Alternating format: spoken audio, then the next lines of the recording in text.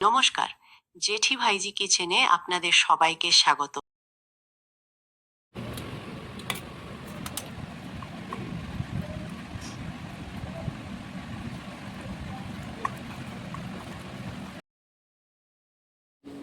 নমস্কার বন্ধুরা, আমাদের জেঠি ভাইজি কিচেনে আপনাদের সকলকে অনেক অনেক স্বাগত।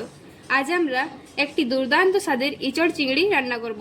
তার জন্য এঁচড়গুলিকে খুব ভালোভাবে কেটে নিয়েছি এবং আলুও কেটে নিয়েছি এবং সেগুলিকে খুব ভালোভাবে সিদ্ধ করে নেব এবং তার জন্য কিছু চিংড়ি মাছও নিয়েছি। দেখুন, বেশি চিংড়ি কিন্তু আমরা পাইনি, তো কিছু করার নেই, এগুলো দিয়ে করতে হবে। তো চলুন শুরু করা যাক ভিডিওটা। এঁচড়গুলিকে সিদ্ধ করতে বসিয়ে দিয়েছি, এরপর চিংড়িগুলোকেও ভেজে নেব। এঁচড়গুলিকে সিদ্ধ করতে বসিয়ে দিয়েছি, এরপর দেখুন চিংড়িগুলোতে আমরা লবণ ও হলুদ মাখিয়ে রেখেছি, তো ভেজে নেব তেলের সাহায্যে। লবণ দিয়ে সিদ্ধ করতে বসিয়ে দিয়েছি, এরপর প্রেসার কুকারে ঢাকনাটা লাগিয়ে 4টি সিটি দিয়ে নামিয়ে দেব। এগুলোর মধ্যে বেশি কিন্তু জল দেবেন না, বেশি জল দিলে সিদ্ধ হতে কিন্তু অনেক টাইম লাগবে।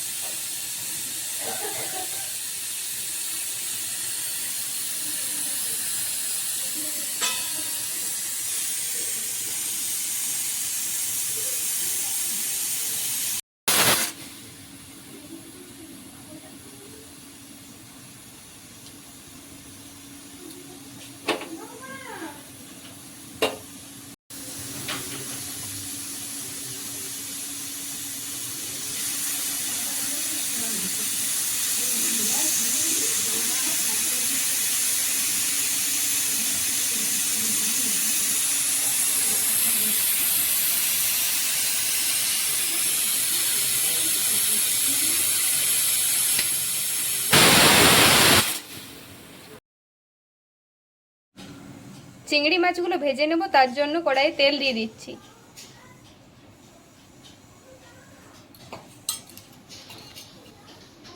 এরপর চিংড়ি মাছগুলোকে ছেড়ে দেব।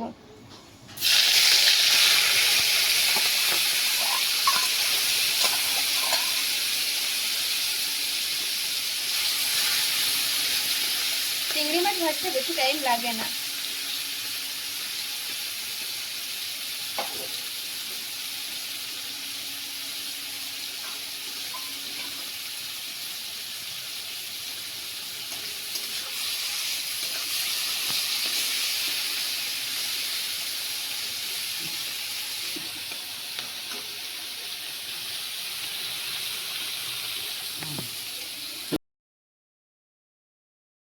এরপর তুলে নেব।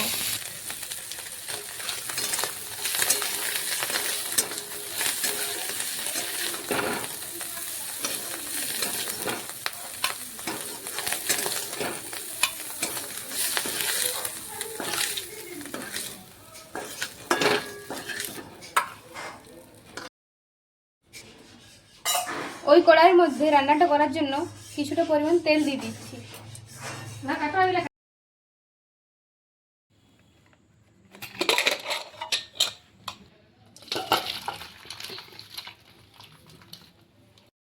এঁচড় ও আলুগুলি সিদ্ধ হয়ে গেছে, তেল গরম হয়ে গেছে। এরপর সমস্ত শুকনো মশলাগুলো দিয়ে দেব। তার মধ্যে তেজপাতা, পাঁচফোড়ন, জিরে ফোড়ন এবং এলাচ, দারচিনি সবই আছে, আর শুকনো লঙ্কাও। একটু হালকা করে ভেজে নেব।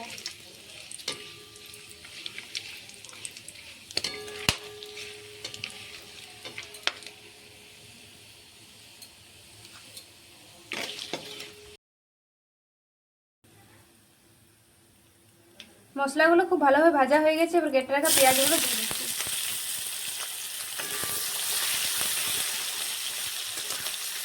পেঁয়াজগুলোকে একটু হালকা করে ভাজবো। তারপর আদা রসুনের পেস্টটা দিয়ে দেবো।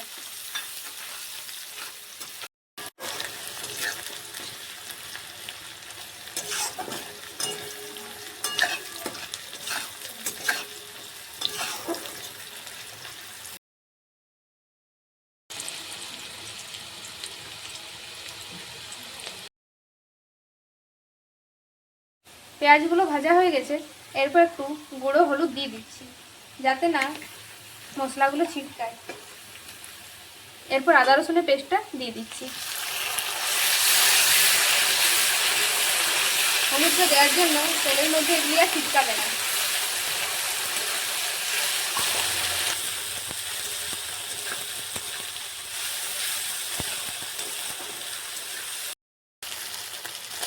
এরপর জিরে, ধনে এবং শুকনো লঙ্কার গুঁড়ো দিয়ে দিচ্ছি।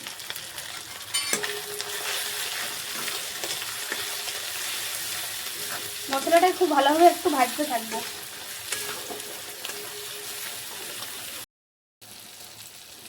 এরপর স্বাদ মতো লবণ দিয়ে দিচ্ছি। মশলাটা কিন্তু খুব ভালোভাবে ভাজা হয়ে গেছে। এরপর সিদ্ধ করে রাখা এঁচড়গুলো দিয়ে দেবো। এই মশলাটির মধ্যে এরপর এঁচড়গুলো আর আলুটা দিয়ে দিচ্ছি।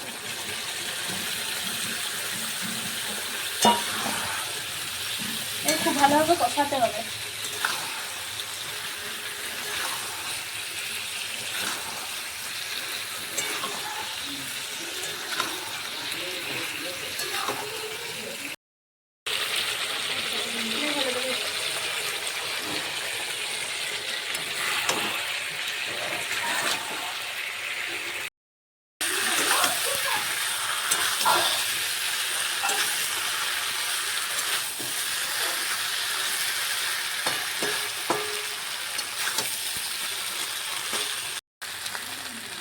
এঁচড়টা খুব ভালোভাবে কষানো হয়ে গেছে। এরপর কিছুটা পরিমাণ জল দিয়ে দেবো। আপনারা আপনাদের পরিমাণ মতো জল দিয়ে দেবেন, যতটা আপনাদের দরকার।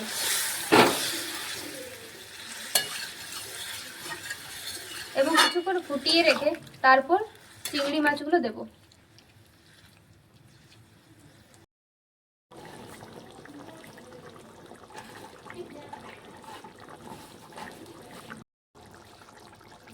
এরপর ভেজে রাখা চিংড়ি মাছগুলো দিয়ে দেবো।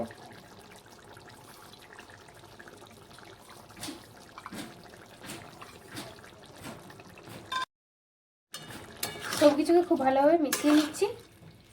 আপনারা চাইলে লাস্টে আবার গরম মশলা দিয়ে নামিয়ে নিতে পারেন। আমরা তো শুরুতেই গরম মশলা দিয়েছিলাম, তাই আর দেব না।